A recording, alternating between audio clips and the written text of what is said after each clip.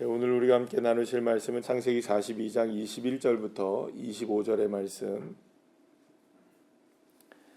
함께 합독하시겠습니다. 그들이 서로 말하되 우리가 아우의 일로 말미암아 범죄하였도다. 그가 우리에게 애걸할 때에 그 마음의 괴로움을 보고도 듣지 아니하였으므로 이 괴로움이 우리에게 임하도다.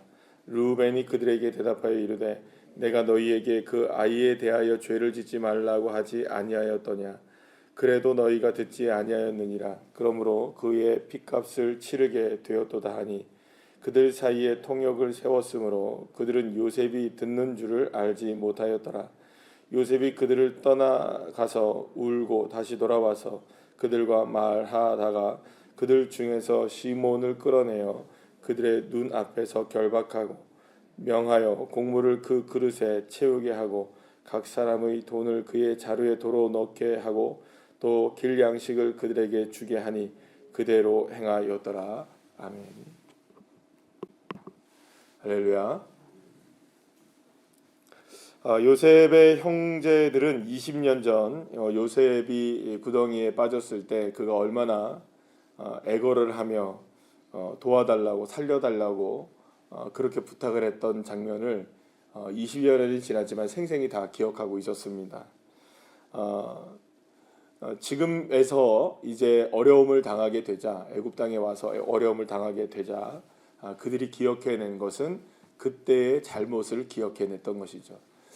어쩌면은 그들 스스로도 그런 생각을 했었던 것이겠죠. 인과응보다. 이거는 어쩔 수 없이 자업자득이구나. 이런 생각을 했던 겁니다. 그러니까 내가 어떤 잘못을 했기 때문에 그 잘못으로 인하여 지금 보응을 받는다라는 이러한 생각을 형제들은 모두가 다 똑같이 하게 되었던 것이죠. 물론 그게 맞는 말일까요? 틀린 말일까요? 맞는 말이죠. 자업자득이죠, 그죠? 예, 여러분 죄를 졌으면 죄값을 받아야 되고 치러야 하는 것은 분명히 맞습니다. 만약에 죄를 지었음에도 불구하고 죄값을 치르지 않는다면 그것 또한 공정하지 못한 일이 되고 정의롭지 못한 일이 됩니다. 정의라는 건 뭡니까?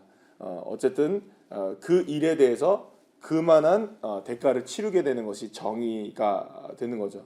죄가 있으면 죄를 받아야 되고 죄값을 치러야 되는 게 맞겠죠. 어쩌면 그들의 생각이 잘못된 생각은 아니었던 것 같습니다.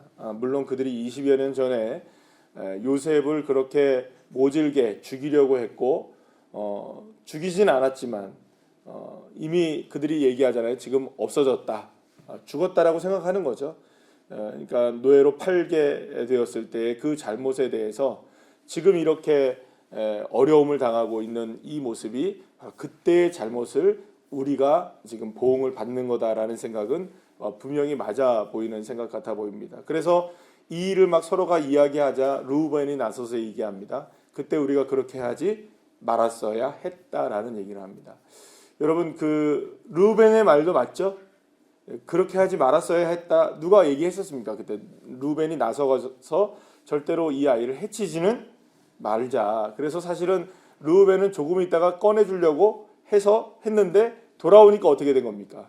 잠시 자리를 비우고 돌아온 사이에 남은 형제들이 8명의 형제들이 어떻게 9명의 형제들이 뭘 한 겁니까?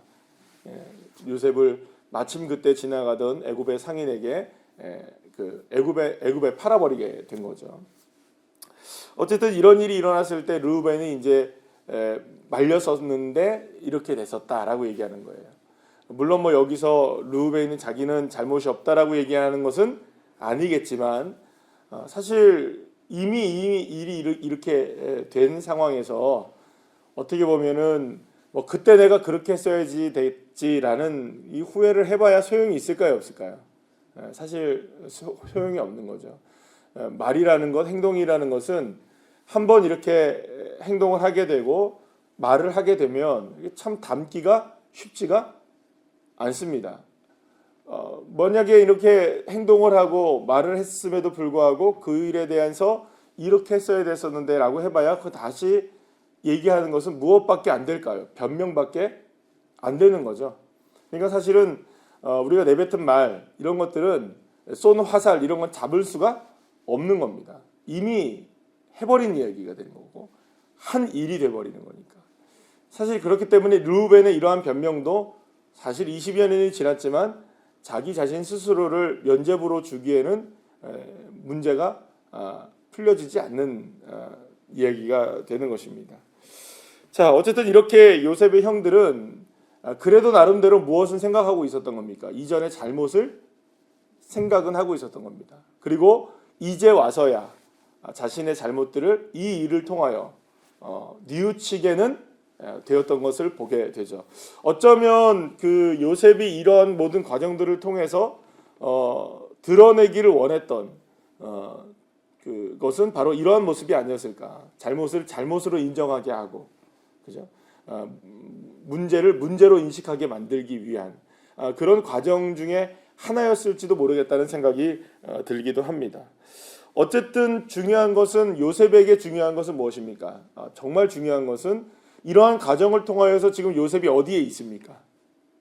애굽에 있고 또 애굽에서 그냥 있는 것도 아니라 이러한 모든 과정들을 통하여서 요셉이 지금 무엇이 되었습니까? 이 풍년과 흉년을 지나며 자신은 애굽을 관할하는 전국의 총리가 되어 있다는 사실만큼은 분명해 보이는 겁니다.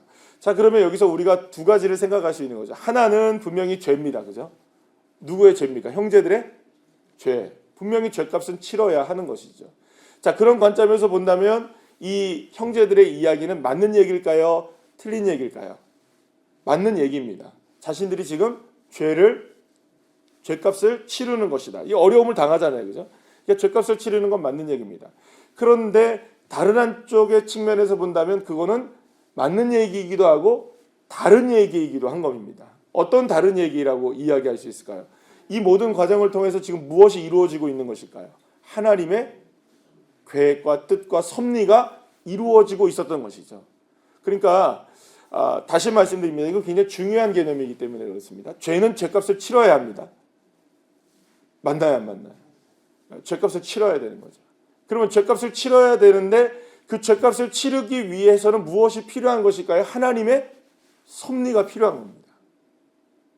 그저 그냥 죄값이 그냥 치러지는 것이 중요한 것이 아니겠죠. 죄에 대해서 값을 치를 때에도 무엇이 필요한 걸까요? 그 모든 것들은 다 누구 안에서 이루어져야 되는 것일까요? 하나님의 뜻과 섭리 안에 이루어져야 되는 겁니다. 그러니까 저와 여러분이 죄인이죠. 우리 모두가 다 죄인입니다. 아담과 하와의 죄로 인하여서 우리 모두는 죄인으로 출생을 하잖아요. 그러니까 모두가 다 우리는 죄인인데 죄에 대해서 반드시 무엇이 필요한 겁니까? 정죄함이 필요한 거죠. 죄에 대해서 분명하게 우리가 죄의 값을 치르는 것이 필요한 겁니다. 그런데 그 죄의 값은 우리 스스로가 치를 수 없게 되는 거죠. 치러봐야 소용이 없는 겁니다. 죄인이 죄값을 치르는 거야 당연한 건 아니겠습니까? 우리 용서함 받을 수 있는 존재가 아니라는 거죠. 그러나 그것을 하나님의 섭리와 하나님의 계획 가운데서 어떻게 그것을 치르게 되십니까? 예수 그리스도의 십자가의 은혜로 치르게 되는 거죠. 그러면 여러분 우리는 죄인이지만 죄의 값은 누가 치르시는 겁니까? 예수가 치르시는 겁니다. 그러니까 우리의 죄에 대한 값은 예수님이 치르게 되심으로 우리는 죄인이지만 죄의 값을 예수님이 치르고 우리의 죄는 누구 안에서 해결되어지는 겁니까? 예수 그리스도의 십자가의 은혜, 더 궁극적으로 말하면 하나님의 놀라운 은혜와 사랑 가운데 모든 죄가 해결되어지게 되는 것이죠. 그러니까 죄의 값은 치르되 그 모든 것들이 다 누구 안에 있어야 되는 걸까요? 하나님의 섭리 안에 있어야 되는 겁니다. 그러면 무엇이 더 큰 것일까요, 여러분들? 하나님의 섭리와 뜻은 우리의 죄를 덮고도 남는 것이죠. 우리의 부족함과 연약함까지도 덮는 겁니다. 우리의 문제도 덮어버리는 겁니다. 그러면 여러분 우리는 이 상황 속에서 생각을 해보게 되면 형제들은 지금 무엇에 지금 얽매여 있는 걸까요? 아직까지 여전히 죄에 얽매여 있는 거죠. 그러나 요셉은 지금 무엇을 초월한 겁니까? 죄를 초월한 모습을 보여주는 겁니다. 그죠? 죄를 초월하여 하나님의 섭리 안에 있는 삶을 보여주는 것이죠. 그래서 사실 어떻게 보면 이 요셉의 모습은요, 예수 그리스도의 전형이라고 우리에게 보여질 수도 있는 것이에요. 그래서 사랑하는 여러분, 오늘 이 장면을 통해서 보게 되면 형제들은 지금 죄에 지금 얽매여 있는 거예요. 그러나 요셉은 그걸 초월하여 하나님의 섭리 안에 있는 자의 모습을 보여주게 되는 것이죠. 그러면 우리의 시야는 어디를 향하여야 할까요? 우리의 삶의 문제나 죄에 얽매여서 거기에서 헤어나오지 못하는 것이 아니라 더 크신 하나님의 은혜와 섭리를 바라볼 수 있는 믿음의 눈이 열려져야 하는 것입니다. 그러니까 우리의 삶의 문제를 바라볼 때에도 누구의 뜻 안에서 바라보는 것이어야 할까요? 하나님의 뜻 안에 있는 것이구나. 심지어는 나의 죄와 잘못의 문제에 있어서도 누구 안에서 우리는 바라봐야 할까요? 주님의 은혜의 섭리 안에서 바라볼 수 있어야 됩니다.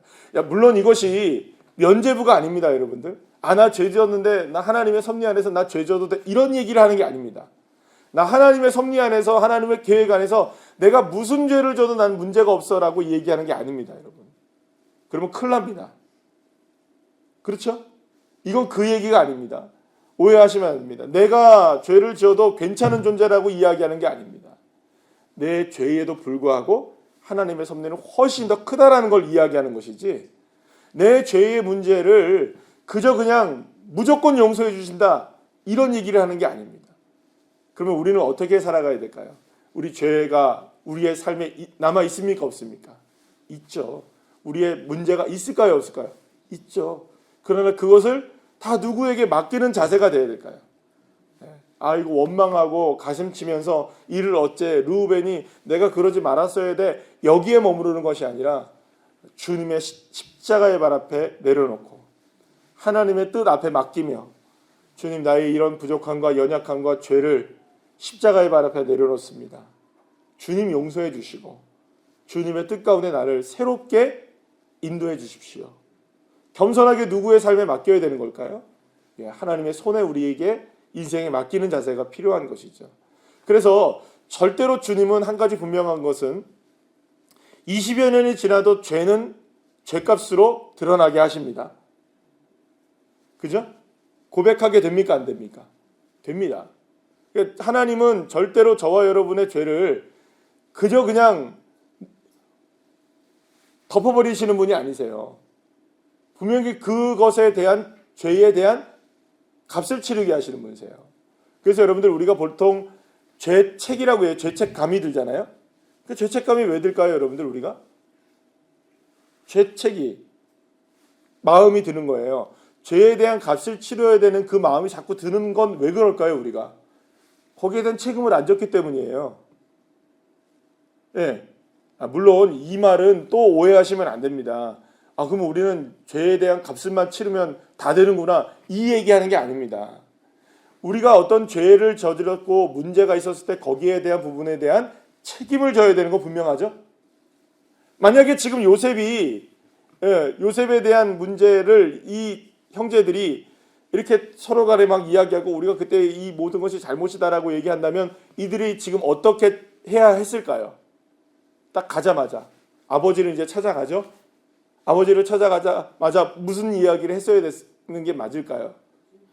요셉에 관한 이야기를 실제로 다 털어놓는 게 맞는 겁니다. 아버지, 실제로 그때 우리가 그래가지고 저래가지고 이렇게 저렇게 됐던 게 우리 형제들 중에서 이런 일이 일어났었습니다 하면서 이야기하고, 요셉에게도 지금은 아직까지 요셉인지 모르는 요셉에게도 뭘 털어놔야 됐을까요? 실제로 그때 없어졌다고 얘기했지만 실제로는 우리가 이런 일을 저질렀습니다라고 실제로 뭘 해야 될까요? 요셉이 지금 살아있는지 모르니까.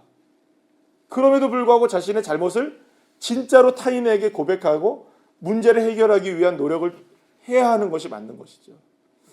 사실은 이게 조금은 복잡해 보이는 이야기이지만 죄의 문제를 해결하기 위한 이런 모든 과정들 속에서 우리는 분명하게 기억해야 되는 것이 있는 것입니다. 하나는 죄를 인정하자는 겁니다. 그리고 그 죄에 대해서 모든 문제를 해결할 수 있는 분은 그 죄를 덮고도 남는 하나님의 은혜라는 것이죠. 그러나 하나님의 은혜의 모든 것을 이루어 가시지만 그 안에 누구의 책임도 필요한 것일까요? 나의 책임도 필요한 것입니다. 이 세 가지가 맞물려야 되는 겁니다. 그래야 우리는 온전한 사람이 될 수 있는 거죠. 적어도 요셉이 하나님의 감동된, 영에 감동된 사람이라고 얘기했던 이 부분은 제가 주일날 말씀드린 것처럼 절대로 영의 사람을 얘기하는 게 아닙니다. 영적 사람을 얘기하는 게 아닙니다. 영적 사람이라는 것은 어떤 의미를 갖고 있을까요? 하나님의 은혜를 바라보며 나의 삶에 책임을 다하는 사람을 얘기하는 겁니다. 할렐루야. 이 영적인 균형을 이룬 사람, 영적인 삶과 우리의 실제적인 삶의 균형을 이루어 나가는 사람을 하나님의 영에 감동된 사람이라고 얘기하는 거예요. 성경은요. 사랑하는 여러분, 그래서 오늘 이 시간에 저와 여러분이 이 요셉의 이 이야기, 형제들의 이 이야기를 통하여서 좀 더 깊이 있게 주님의 은혜가 무엇인지, 여러분, 주님의 은혜는 저와 여러분의 삶의 모든 것을 덮고도 남습니다. 그러나 깨달을 건 깨달아야 하고, 바꿔야 할 건 바꿔야 하고, 그죠? 변화시킬 건 변화시켜야 하고, 고백해야 할 건 고백해야 하고요. 하나님의 은혜이지만 우리의 삶에 있는 모든 것들도 최선을 다해야 된다는 거죠. 그래서 사실은 이 오늘 본문에서 어떤 내용이 나옵니까? 요셉은 형제들이 이런 모습을 보면 막 울죠, 그죠? 자신의 잘못을 인정하는 모습을 보면 울니까 안 웁니까? 그러나 여러분, 여기서 끝나지 않아요.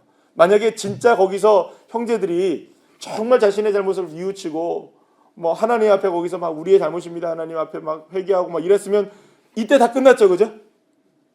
이때 다 끝났을까요, 안 끝났을까요? 다 끝났어요. 그러나 여러분, 아직까지는 요셉이 보기엔 부족한 거가 있는 거예요. 어느 차원에서 보니까, 하나님의 관점에서 보니까 아직까지 형제들이 부족한 거예요. 뭐가 부족한 거죠? 지금 자신들이 책임에 대한 부분들을 여전히, 그리고 하나님의 은혜를 여전히 바라보지 못하잖아요. 그러니까 잘못은 알지만 하나님을 찾지는 않고, 잘못은 알지만 해결책은 제시하지 않잖아요. 그러니까 요셉이 그걸 본 거예요. 좀 더 높은 차원에서.